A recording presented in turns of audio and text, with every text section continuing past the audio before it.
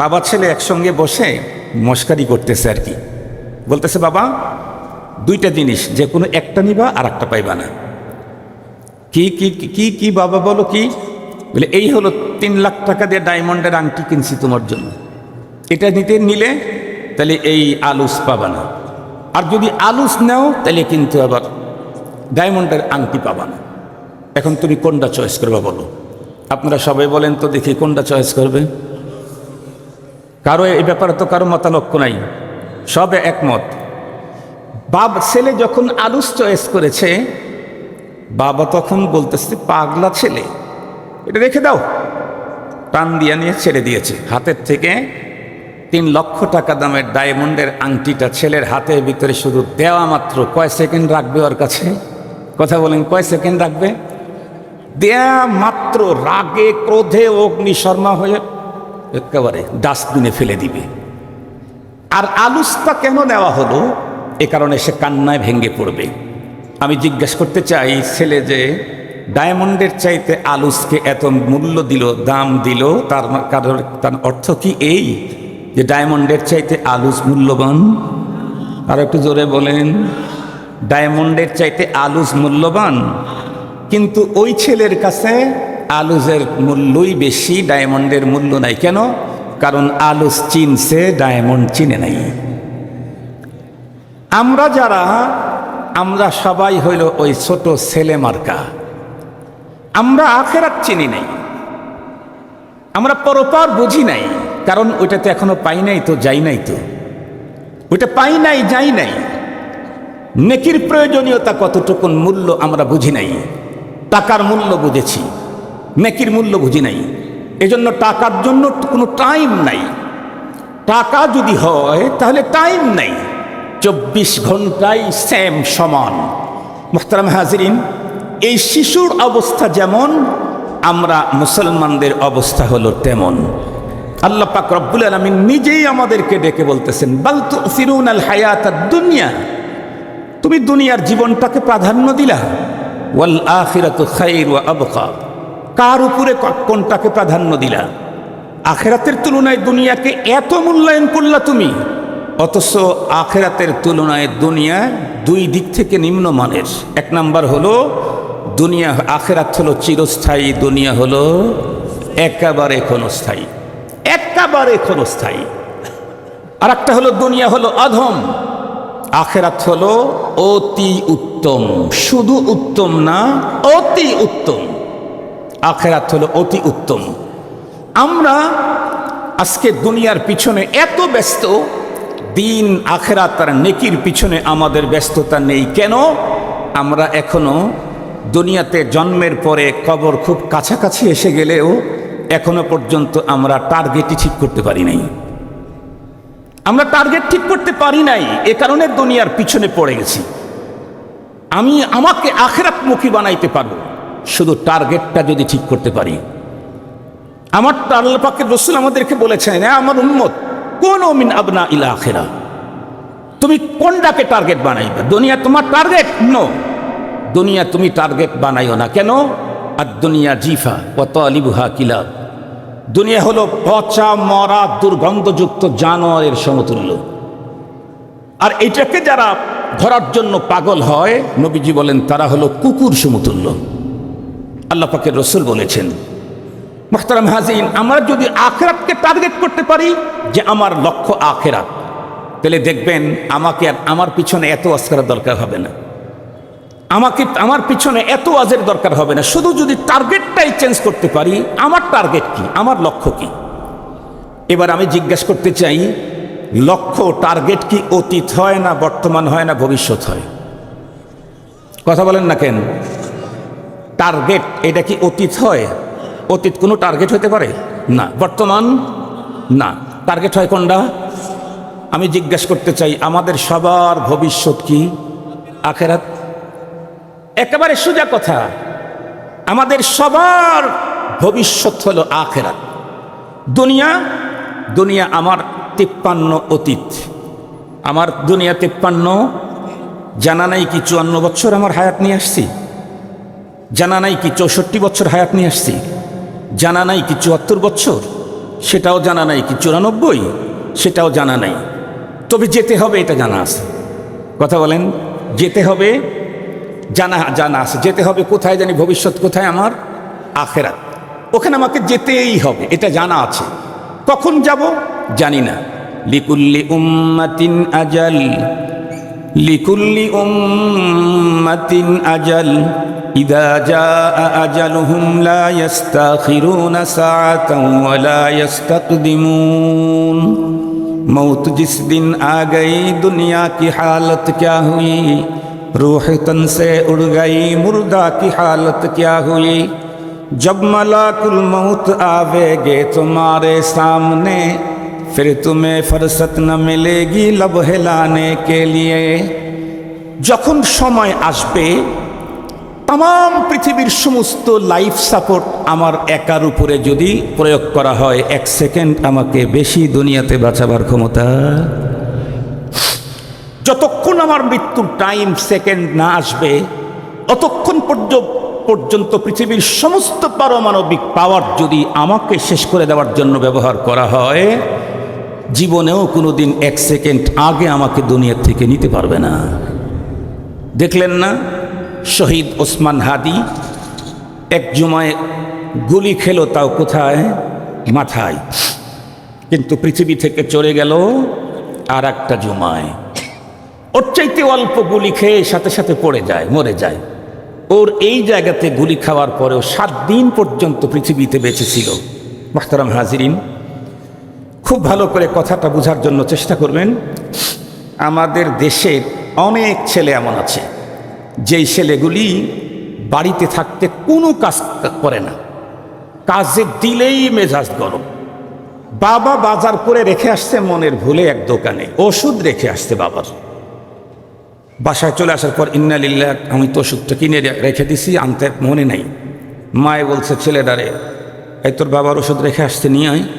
মার উপর সে চোখ রাঙ্গানো, টাকাও দিতে হবে না, যাওয়া আসা ভাড়াও মা দিয়ে দিবে, এতটুকুন যেতে হবে আসতে হবে, এটাই যেন ওর কিয়ামত। খুব রাগ, খুব গরম।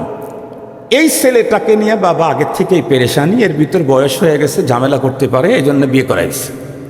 বিয়ে শাদী করানোর পরে এখন দেখা গেছে ইন্না লিল্লাহি ওয়া ইন্না ইলাইহি রাজিউন। এতদিন তো একজনের খাবার দেওয়া লাগতো, এখন তো 2 জনের খাবার দেওয়া লাগে। এই বাবার উপরে এটা একটা জ্বালা। এখন কি করবে? তো বাবা তো এই রকমের ছেলে জন্ম দিয়ে সে তো এক মুসিবতে আছে। আবার বিয়েই ফের তার মেয়েটারে এখানে দিয়ে সেও মোটামুটি কম মুসিবতে নাই। শেষ পর্যন্ত এই দুই বিয়েই মিলে মশরা করলো যে বিয়ে ছেলেটাকে একটু বিদেশে পাঠিয়ে দিই। তো কিছু করে খায় না। তো বিয়ে ছেলের বাবা বলতেছে আমি এত টাকা পাবো কোথায়? তো মেয়ের বাবা বলতেছে যে আপনি তো জন্ম দিয়ে এক ঝামেলায় পড়ছেন, আর আমি মেয়ে। আম্মা বা'দু ফাআউযু বিল্লাহি মিনাশ শাইতানির রাজীম। বিসমিল্লাহির রহমানির রহিম। بل تؤثرون الحياة الدنيا والآخرة خير وأبقى إن هذا لفي الصحف الأولى صحف إبراهيم وموسى. وقال النبي صلى الله عليه وسلم كونوا من أبناء الآخرة ولا تكونوا من أبناء الدنيا أو كما قال عليه الصلاة والسلام. صدق الله مولانا العظيم وصدق رسوله النبي الأمي الكريم ونحن على ذلك لمن الشاهدين والشاكرين والذاكرين والحمد لله رب العالمين. اللهم صل على سيدنا مولانا محمد وعلى آله وأصحابه وبارك وسلم.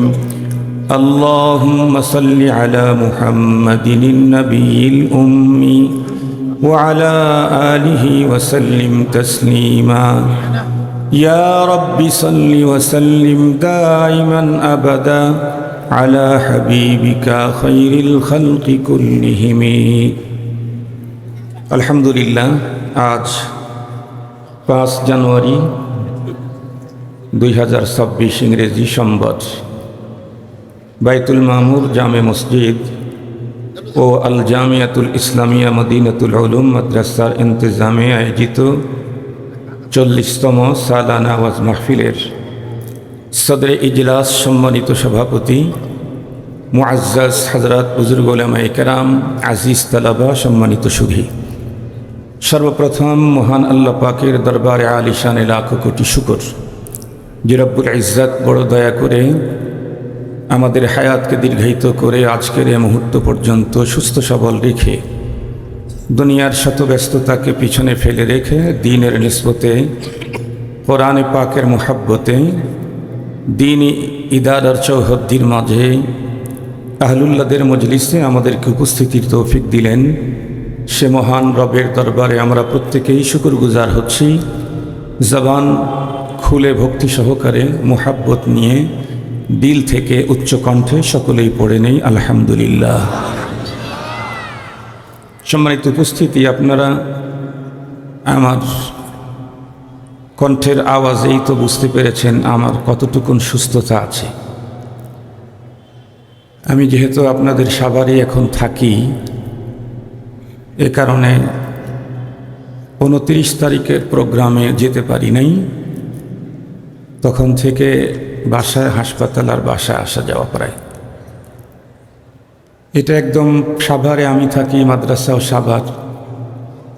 তাছাড়া আমাদের এই মাদ্রাসার শেখুল হাদিস যিনি ছিলেন আল্লামা হেলাল উদ্দিন সাহেব রহমতুল্লাহি আলাইহি, হুজুর আমাদের মাঝ থেকে বিদায় নিয়েছেন। হুজুর বেঁচে থাকলে একজন ওয়াইজ খতিবের এই গুরুত্বপূর্ণ দায়িত্ব বিগত দিনে যেমন পালন করেছিলেন, এই বছরে হুজুর পালন করতে পারতেন। সব কিছু মিলে এই চিন্তা করলাম কমপক্ষে উপস্থিত হই। শ্রোতা যারা আছে তারা তো বুঝবেন, সুস্থতা অসুস্থতা তো আমাদের হাতে না, এটা আল্লাহ পাকের হাতে। এক সেকেন্ডে আল্লাহ তাআলা মৃত্যুকে জিন্দা করেন, জিন্দাকে আবার মেরে ফেলেন, এটা তার ক্ষমতা। এজন্য মূলত আমি আপনাদের কাছ থেকে দোয়া নেওয়ার জন্য এসেছি। অন্যান্য সময় দোয়া দেওয়ার জন্য আসি, নেওয়ার জন্য আসি। আজকে আপনাদের কাছ থেকে দোয়া নেওয়ার জন্য এসেছি। এই 25 মিনিট থেকে আধা ঘন্টা সর্বোচ্চ আলোচনা হয়তো করতে পারবো, আল্লাহ যদি তৌফিক দান করেন। আমি কোরআনে হাকিমের সূরাতুল আলা এর শেষের কয়েকখানা আয়াতে কারিমা তিলাওয়াত করেছি, কিন্তু আলোচনা করব হলো তেলাওয়াতকৃত আয়াতে কারিমার প্রথম 2 আয়াতের উপরে।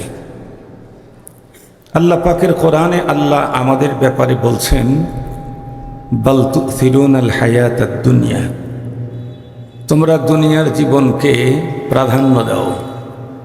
ওয়াল আখিরাতু খায়রুম ওয়া আবকা, অথচ আখিরাত দুনিয়ার চাইতে অতি উত্তম এবং চিরস্থায়ী। আমরা একটা জিনিস লক্ষ্য করছি, আমাদের মানুষ দিন যত গড়তেছে মানুষের হায়াত তত শর্ট হচ্ছে, কমে যাচ্ছে। এমনিতে রাসূল করিম সাল্লাল্লাহু আলাইহি ওয়াসাল্লামের বাণী আছেই, নবীজি বলেছেন আমার উম্মতের বয়স হবে 60 থেকে 70, এর অতিক্রম করবে খুব কম। দেখেন, আমি 53 অথবা 54 বছর বয়স আমার। আমি যেটা দেখলাম, আমরা ছোট অবস্থাতে দেখেছি প্রতিটি গ্রামে মহল্লায় অনেক বেশি বয়স্ক মানুষ পাওয়া যেত।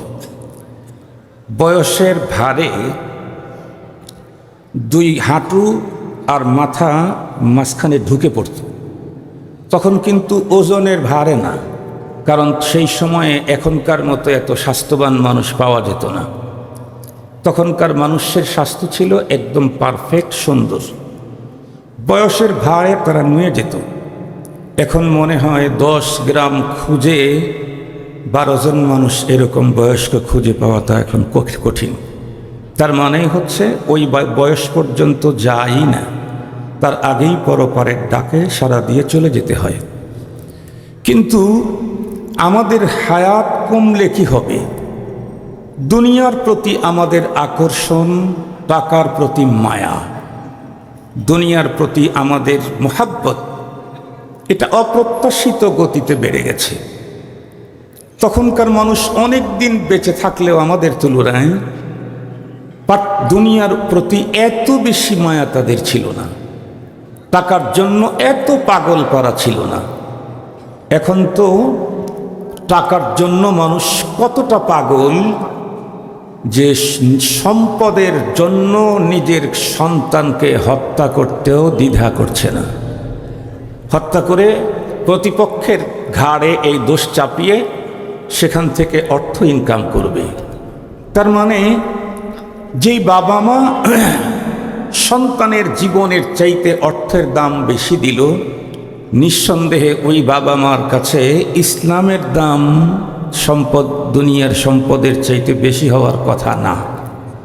মুহতারাম হাজরিন, এখন দুনিয়ার জন্য বছরের পর বছর দুনিয়ার পিছনে লেগে আছি, দুনিয়ার জন্য কাজ করতেছি, আমাদের কোনো সমস্যা নাই।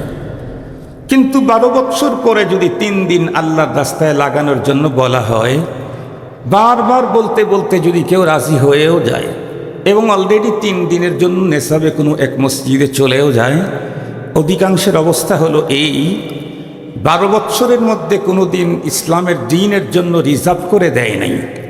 মাত্র 3টা দিন দেওয়ার পরে দেহ থাকে মসজিদে, মন থাকে কৃষক যদি হয় তাহলে ওর জমির ভিতরে, আর যদি ব্যবসায়ী হয় তাহলে ওর দোকানে, আর যদি নেতা হয়ে যায়, নেতা হয় রাজনৈতিক নেতা, তাহলে তার এলাকার পরিস্থিতির উপরে, আর যদি কৃষক হয় একদম তেমন ধনী না, গরিব টরিব নর্মাল একজন, তাহলে দেখবেন মসজিদের ভিতরে বসে থাকে আর ফিকির করে হলো গরু আর ছাগলের অবস্থা কী, বাসায় গরু ছাগল রেখে আসছে না, অবস্থা কী।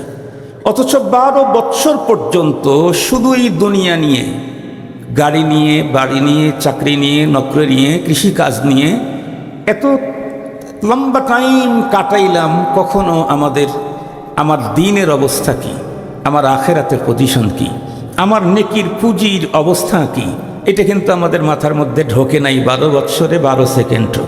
তার মানেই হচ্ছে আমরা আমাদের বুঝতে পারি নাই এখনো আখেরাত কি আর দুনিয়া কি, টাকা কি আর নেকি কি, এটা আমরা বুঝতে পারি না এখনো। আমাদের অবস্থা হলো কেমন, ধরে নেন এই অঞ্চলের এই আশেপাশের মহল্লার কোনো এক ছেলে দেশের বাইরে থাকে, তো প্রথম যখন দেশের বাইরে যাওয়ার সময় তার স্ত্রী ফুল প্রেগনেন্ট, গর্ভবতী, বিদেশে যাওয়ার 2-3 মাসের মধ্যেই তার স্ত্রী বাচ্চা হয়েছে। আল্লাহ তাআলা তাকে এক সন্তান দিয়েছেন, ছেলে সন্তান, দেখতে যেমন একদম অনেক সুন্দর। এরপরে 1 বছর পর থেকেই ওই লোক দেশে ফিরতে চায়। সন্তানকে শুধুমাত্র মোবাইলই দেখেছে, আর কোনো দিন ডিরেক্ট দেখার সুযোগ হয় নাই। চেষ্টা চালাইতে চালাইতে 4 বছর পরে দেশে আসার মতো ব্যবস্থা হয়েছে। বাবা চিন্তা করলো জীবনের প্রথম সন্তান, তাও ছেলে, এরপরে আবার প্রায় 4 বছর সময় দেখিনি জন্মের পরে ডাইরেক্ট, তো বাসায় যাব কি নিয়ে যাব, তো ছেলের জন্য একটা ডায়মন্ডের আংটি খরিদ করলো, যেটা একটা স্মরণীয় জিনিস, এটা থাকবে। সব কিছু এমনি বিস্কিট টিস্কিট চকলেট যেগুলি বিদেশি পাওয়া যায় সব খরিদ করেছে। এয়ারপোর্ট থেকে বাড়ি চলেও আসতেছে, হঠাৎ মনে পড়লো, আরে ছেলের জন্য যা খাবার দাবার নিয়েছি সব তো ব্যাগেজের ভিতরে, আর বাসায় যখন ঢুকবো তখনও তো পাড়া প্রতিবেশী অনেক লোক এখানে এসে যাবে, ওই সময় তো আর ব্যাগ খোলা যাবে না। বাংলাতে একটা কথা আছে, হাটের ভিতরে কাঁঠাল ভাঙ্গা যায় না। তো আমার ব্যাগেজের ভিতরে কয়টা নিয়ে আসছি, আর যতগুলি আত্মীয় স্বজন আসছে এদের কিছু যদি হাত দিতে না পারি তাহলে আর কি হলো। এজন্য সব ব্যাগ খোলে মানুষ, সবাই যখন চলে যায় নিরিবিলি স্বামী স্ত্রী 2 জনে বসে, মাকে যদি মহাব্বত করে তাহলে মাকে কাছে রাখে, বন্ধেরকে মহাব্বত করলে তাদেরকে কাছে রাখে, আর না হয় তারা 2 জন মিলেই খোলে। আবার কেউ যদি স্ত্রীকে দেখতেই না পারে তাহলে স্ত্রীকেও বাইপাস করে, মাইনাস করে। তো সে তখন চিন্তা করলে এখন তো খুলতে পারবো না, তো ছেলের হাতে কি দেব। তো বাবা তো দৈনিক 3 বার কথা বলে, বাবা জানে যে ছেলের সবচাইতে বেশি চয়েস হলো আলু চিনেন নাকি, এই যে চিপসের দোকানে পাওয়া যায়, তো 2টা আলু কিনছে মাত্র 30 টাকা দিয়ে, আপাতত এটা দেওয়া যাবে। বাসার ভিতরে ঢুকতেই দাদি তার নাতিকে নিয়ে আসছে, ছেলের কোলে দিছে। বাবার জীবনের যত প্রশান্তির মুহূর্ত ছিল তার ভিতরে অন্যতম একটা মুহূর্ত পেয়েছে।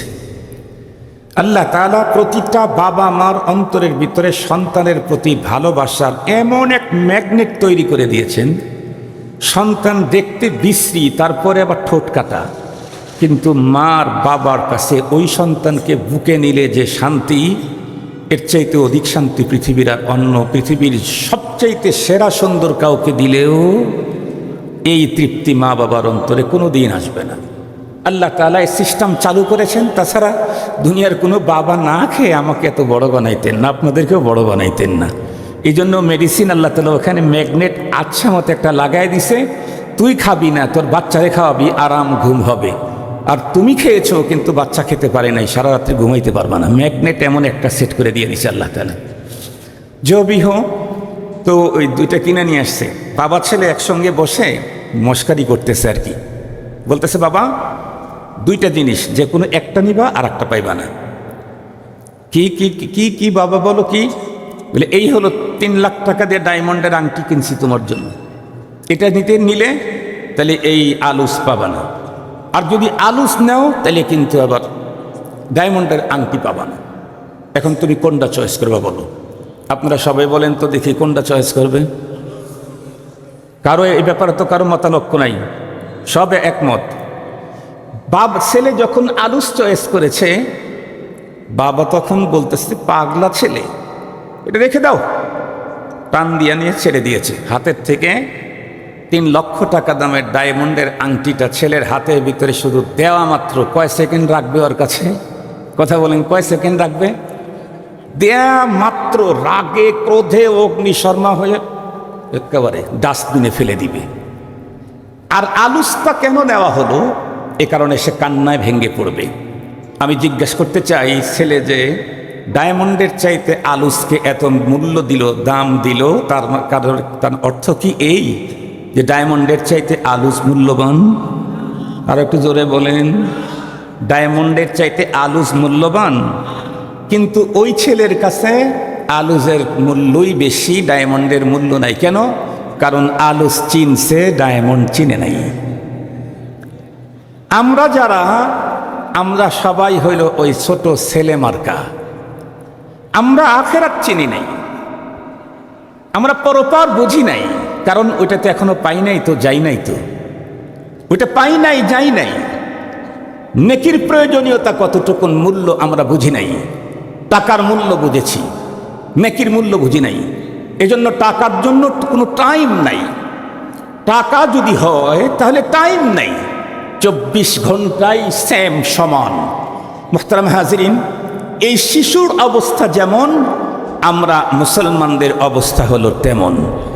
আল্লাহ পাক রব্বুল আলামিন নিজেই আমাদেরকে ডেকে বলতেছেন, বাল তুসিরুনাল হায়াতাদ দুনিয়া, তুমি দুনিয়ার জীবনটাকে প্রাধান্য দিলা, ওয়াল আখিরাতু খায়রু ওয়া আবকা, কার উপরে কোনটাকে প্রাধান্য দিলা? আখিরাতের তুলনায় দুনিয়াকে এত মূল্যায়ন করলা তুমি, অথচ আখিরাতের তুলনায় দুনিয়া 2 দিক থেকে নিম্নমানের। 1 নাম্বার হলো দুনিয়া, আখিরাত হলো চিরস্থায়ী, দুনিয়া হলো একেবারে ক্ষণস্থায়ী, একেবারে ক্ষণস্থায়ী। আর একটা হলো দুনিয়া হলো অধম, আখিরাত হলো অতি উত্তম। শুধু উত্তম না, অতি উত্তম। আখিরাত হলো অতি উত্তম। আমরা আজকে দুনিয়ার পিছনে এত ব্যস্ত, দিন আখিরাত আর নেকির পিছনে আমাদের ব্যস্ততা নেই। কেন? আমরা এখনো দুনিয়াতে জন্মের পরে কবর খুব কাছাকাছি এসে গেলেও এখনো পর্যন্ত আমরা টার্গেটই ঠিক করতে পারি নাই। আমরা টার্গেট ঠিক করতে পারি নাই, এ কারণে দুনিয়ার পিছনে পড়ে গেছি। আমাকে আখিরাতমুখী বানাইতে পারবো শুধু টার্গেটটা যদি ঠিক করতে পারি। আমার আল্লাহ পাকের রাসূল আমাদেরকে বলেছেন, আমার উম্মত কোন মিন আবনা ইল আখিরা, তুমি কোনটাকে টার্গেট বানাইবে? দুনিয়া তোমার টার্গেট? নো, দুনিয়া তুমি টার্গেট বানাইও না। কেন? আর দুনিয়া জিফা ওয়া তালিবুহা কিলাব, দুনিয়া হলো পচা মরা দুর্গন্ধযুক্ত জানোয়ারের সমতুল্য। আর এটাকে যারা ধরার জন্য পাগল হয়, নবীজি বলেন তারা হলো কুকুর সমতুল্য। আল্লাহ পাকের রাসূল বলেছেন। মুহতারাম হাজিরিন, আমরা যদি আখিরাতকে টার্গেট করতে পারি যে আমার লক্ষ্য আখিরাত, তাহলে দেখবেন আমাকে আর আমার পিছনে এত অস্কারের দরকার হবে না। আমার পিছনে এত ওয়াজের দরকার হবে না, শুধু যদি টার্গেটটাই চেঞ্জ করতে পারি। আমার টার্গেট কি, আমার লক্ষ্য কি? এবার আমি জিজ্ঞাসা করতে চাই, লক্ষ্য টার্গেট কি অতীত হয় না বর্তমান হয় না ভবিষ্যৎ হয়? কথা বলেন না কেন? টার্গেট এটা কি অতীত হয়? অতীত কোনো টার্গেট হতে পারে না। বর্তমান না, টার্গেট হয় কোনটা? আমি জিজ্ঞাসা করতে চাই, আমাদের সবার ভবিষ্যৎ কি? আখেরাত। একেবারে সোজা কথা, আমাদের সবার ভবিষ্যৎ হলো আখেরাত। দুনিয়া আমার 53 অতীত, আমার দুনিয়া 53। জানা নাই কি 54 বছর আমার হায়াত নিয়ে আসছি? জানা নাই কি 64 বছর হায়াত নিয়ে আসছি? জানা নাই কি 74 বছর? সেটাও জানা নাই কি 94? সেটাও জানা নাই। তবে যেতে হবে এটা জানা আছে। কথা বলেন, যেতে হবে, জানা আছে। যেতে হবে কোথায় জানি? ভবিষ্যৎ কোথায়? আমার আখেরাত। ওখানে আমাকে যেতেই হবে, এটা জানা আছে। কখন যাব জানি না। লিকুল্লি উম্মাতিন আজাল, লিকুল্লি উম্মাতিন আজাল, ইদা জাআ আজালুহুম লা ইস্তাখিরুনা সাআতান ওয়া লা ইস্তাকদিমুন। मौत जिस दिन आ गई दुनिया की हालत क्या हुई, रूह तन से उड़ गई मुर्दा की हालत क्या हुई। जब मलाकुल मौत आवेगे तुम्हारे सामने, फिर तुम्हें फुर्सत न मिलेगी लब हिलाने के लिए। যখন সময় আসবে তাম পৃথিবীর সমস্ত লাইফ সাপোর্ট আমার একার উপরে যদি প্রয়োগ করা হয়, 1 সেকেন্ড আমাকে বেশি দুনিয়াতে বাঁচাবার ক্ষমতা। যতক্ষণ আমার মৃত্যুর টাইম সেকেন্ড না আসবে, অতক্ষণ পর্যন্ত পৃথিবীর সমস্ত পারমাণবিক পাওয়ার যদি আমাকে শেষ করে দেওয়ার জন্য ব্যবহার করা হয়, জীবনেও কোনোদিন 1 সেকেন্ড আগে আমাকে দুনিয়া থেকে নিতে পারবে না। দেখলেন না শহীদ ওসমান হাদি এক জুমায় গুলি খেলো, তাও কোথায়? মাথায়। কিন্তু পৃথিবী থেকে চলে গেল আর একটা জুমায়। ওর চাইতে অল্প গুলি খেয়ে সাথে সাথে পড়ে যায়, মরে যায়। ওর এই জায়গাতে গুলি খাওয়ার পরেও 7 দিন পর্যন্ত পৃথিবীতে বেঁচে ছিল। মুহতারাম হাজিরিন, খুব ভালো করে কথাটা বোঝার জন্য চেষ্টা করবেন। আমাদের দেশের অনেক ছেলে এমন আছে যেই ছেলেগুলি বাড়িতে থাকতে কোনো কাজ করে না, কাজে দিলেই মেজাজ গরম। বাবা বাজার করে রেখে আসছে মনের ভুলে এক দোকানে, ওষুধ রেখে আসছে বাবার। বাসায় চলে আসার পর ইন্না লিল্লাহ, আমি তো ওষুধটা কিনে রেখে দিছি, আনতে মনে নাই। মায়ে বলছে ছেলেটারে, এই তোর বাবার ওষুধ রেখে আসতে নিয়ে আয়। মার উপর সে চোখ রাঙ্গানো, টাকাও দিতে হবে না, যাওয়া আসা ভাড়াও মা দিয়ে দিবে, এতটুকুন যেতে হবে আসতে হবে, এটাই যেন ওর কিয়ামত। খুব রাগ, খুব গরম। এই ছেলেটাকে নিয়ে বাবা আগের থেকেই পেরেশানি, এর ভিতর বয়স হয়ে গেছে, ঝামেলা করতে পারে, এই জন্য বিয়ে করাইছে। বিয়ে শাদী করানোর পরে এখন দেখা গেছে ইন্না লিল্লাহি ওয়া ইন্না ইলাইহি রাজিউন। এতদিন তো একজনের খাবার দেওয়া লাগতো, এখন তো 2 জনের খাবার দেওয়া লাগে। এই বাবার উপরে এটা একটা জ্বালা। এখন কি করবে? তো বাবা তো এই রকমের ছেলে জন্ম দিয়ে সে তো এক মুসিবতে আছে। আবার বিয়েই ফের তার মেয়েটারে এখানে দিয়ে সেও মোটামুটি কম মুসিবতে নাই। শেষ পর্যন্ত এই দুই বিয়েই মিলে মশরা করলো যে বিয়ে ছেলেটাকে একটু বিদেশে পাঠিয়ে দিই। তো কিছু করে খায় না। তো বিয়ে ছেলের বাবা বলতেছে আমি এত টাকা পাবো কোথায়? তো মেয়ের বাবা বলতেছে যে আপনি তো জন্ম দিয়ে এক ঝামেলায় পড়ছেন, আর আমি মেয়ে বিয়ে দিয়ে আর এক ঝামেলায় পড়ছি। তো তাহলে আমরা 2জন শেয়ার করি। তো কি, আমি কিছু দেই আপনি কিছু দেন। তো ঠিক আছে, 2 জনে কিছু দিয়ে তারা বিদেশে পাঠিয়ে দিছে। যেই দেশে তাকে পাঠানো হয়েছে সেই দেশে সিটিজেনশিপ সিস্টেম নেই। ওই দেশে ভিন্ন দেশের মানুষ আজীবন থেকে যাবার কোনো সিস্টেম নেই। এমন একটা দেশে সে গেছে। এখন যাওয়ার পরে 1 সপ্তাহ যেতে না যেতেই ছেলে ফোন দিয়ে কান্না শুরু করছে। বাবা কি, একটু খুব ভালো করে দোয়া করেন, এখনো কোনো কাজের ব্যবস্থা হয় নাই। দেখছেন চেঞ্জ হয়ে গেছে। কিন্তু মেডিসিন আনার জন্য দোকানে রিক্সা দিয়ে পাঠাবে, তাই মায়ের দাঁত ভাঙবে লেগে যায়। আর ওই দেশে গিয়ে কাজ পাইতেছে না, এজন্য এখন আবার মিলাদ পড়াবে লেগে যায়। যেই ছেলে কাজের কথা বললে মাকে মারতে উদ্যত হতো, ছোটরাকেও বলতে গেলে যাকে আঘাত করত, সেই ছেলে এখন কাজের জন্য মিলাদের আবেদন করতেছে, কাজ চাইতেছে। এই ছেলের ভিতরে এমন পরিবর্তন আসলো কেমনে? এমন পরিবর্তন আসছে হলো শুধু টার্গেটের কারণে। ও যতদিন পর্যন্ত বাসায় ছিল, ওর টার্গেট ছিল আমি আর আরাম করব, আনন্দ করব, মজা মারব, এটা আমার টার্গেট, আমার বাবা বেঁচে আছে। ও যখনই বিদেশে চলে গেছে তখনও বুঝেছে এখানে বাবাও নাই, মাও নাই। নানির বাড়িতে যে বাদিটা আমার কাজের জন্য আসছিল সেটা নাই, আর দাদার বাড়ির যে কাজের লোকটা আমাকে আল্লাহ তাআলা দিয়েছিলেন সেটা এখানে নাই। তো এখন তো আমাকে নিজে কিছু করতে হবে, এখন তো টাকা ছাড়া আর হয় না।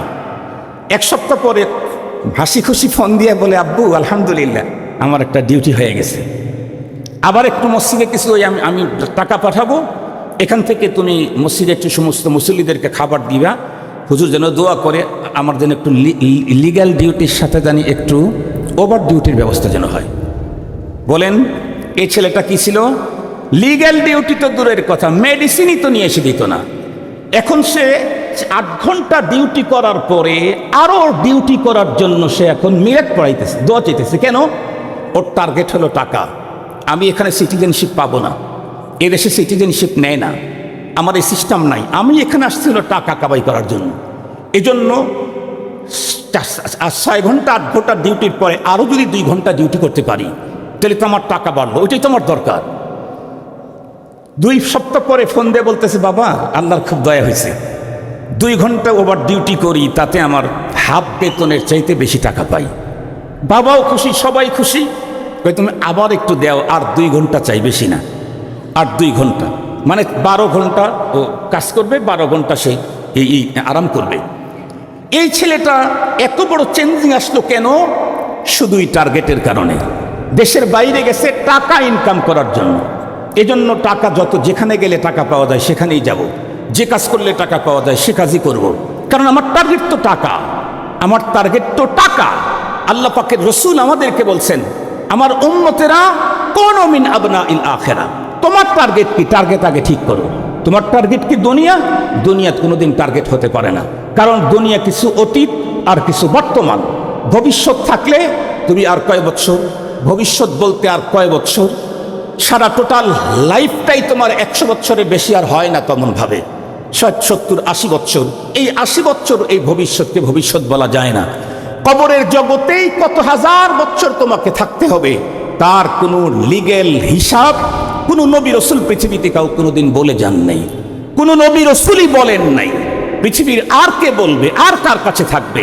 যাদের কাছে মেসেজ আসতো আসমান জমিনের মালিকের মালিকের কাছ থেকে, নবী রসুলদের কাছে মেসেজ আসতো স্বয়ং আরশের মালিক, আসমান জমিনের মালিক, কুল কায়নাতের মালিক, যার ইশারায় সব চলে, যিনি যা খুশি তাই করেন, যখন খুশি তখন করেন, তার কোনো কাজের বাধা দেওয়ার শক্তি পৃথিবীর অতীতেও কারো ছিল না, এখনো নাই, কিয়ামত পর্যন্ত হবে না।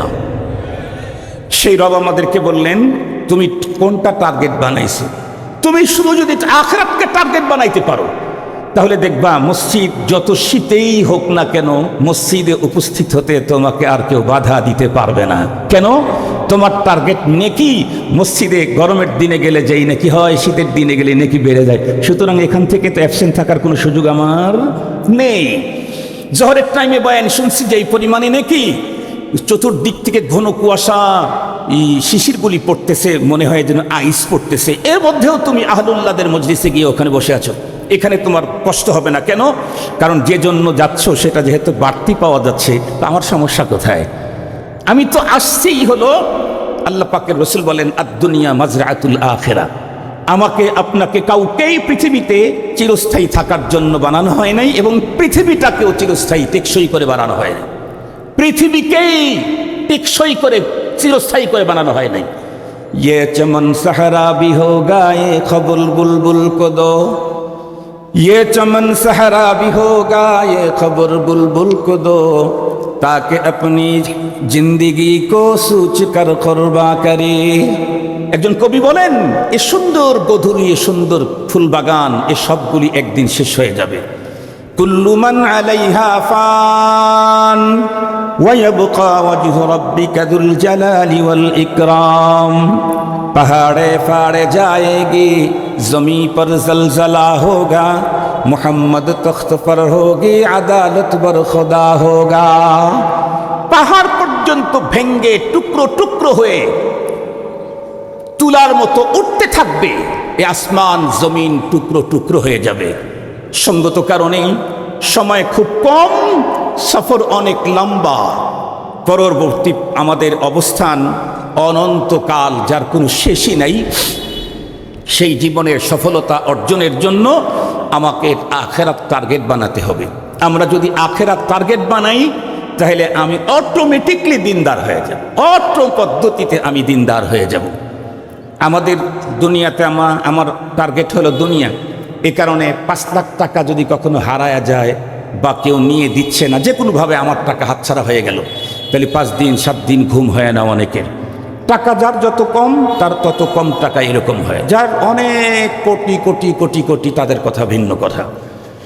কিন্তু আমাদের যদি নেকি, কোটি কোটি নেকিও আমাদের কখনো শেষ হয়ে যায় আমাদের অবহেলার কারণে, এটাতে কিন্তু আমাদের মাথার মধ্যে কোনো ব্যথা, কোনো পেরেশানি, কোনো ভাব, অশান্তি আসে না। অশান্তি আসবে শুধু আখেরাতকে টার্গেট বানাইলেই। দেখবেন একটা নেকি যদি আপনার নষ্ট হয়, তখন 100 কোটি টাকা নষ্ট হওয়ার চাইতে বেশি ব্যথা অন্তরের ভিতরে ঢুকে যাবে অটোমেটিকলি।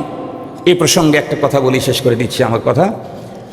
আমরা জানি বর্তমান পৃথিবীতে অনেক প্রতিষ্ঠান আছে, আমাদের দেশের অনেক বুদ্ধিজীবী আছে, আমাদের দেশের অনেক সুশীল আছে। তারা তো বেশ দুনিয়াদার কিছু ডিগ্রি অর্জন করে মনে করে যে আমরা পৃথিবীর অমোক বিশ্বমানের, বিশ্বের শ্রেষ্ঠ বিদ্যাপীঠ থেকে আমি অমোক ডিগ্রি নিয়ে এসেছি। আমি আজকে একটা চ্যালেঞ্জ করলাম আমাদের বাংলাদেশ সহ তামাম দুনিয়ার বুদ্ধিজীবী সুশীলদেরকে, সেটা হলো দারুল উলুম দেওবন্দের এগেনিস্টে তার যে অবস্থান বর্তমান পৃথিবীতে, এই দারুল উলুম দেওবন্দের যেই পরিমাণে শাখা তামাম দুনিয়াতে, সারা পৃথিবীর একটা মাত্র প্রতিষ্ঠান দেখাইতে যদি পারে তারা, যে দারুল উলুম দেওবন্দের তুলনায় 4 ভাগের 1 ভাগ তাদের ব্রাঞ্চ আছে দুনিয়াতে, চ্যালেঞ্জ করলাম।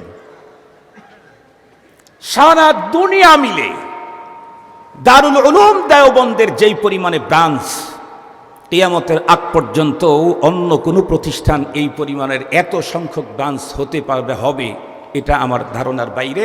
এখন তো নেই। যেই শিক্ষা প্রতিষ্ঠানের ব্রাঞ্চ তামাম দুনিয়ায়, এই শিক্ষা প্রতিষ্ঠানের প্রথম শেখুল হাদিস ছিলেন আল্লামা ইয়াকুব নানতুবী রহমতুল্লাহি আলাইহি। উনি হুজুর এক জায়গায় ওয়াজ করতে গেছেন, হুজুরের বয়ান তো চমৎকার, আমাদের দেশের চমৎকার না, আমরা তো চমৎকার হলো খুব টান, খুব সুর আর স্লোগানের উপরে স্লোগান, এই 3 জিনিস থাকলে তাহলে সে ওয়াজ ফাইন।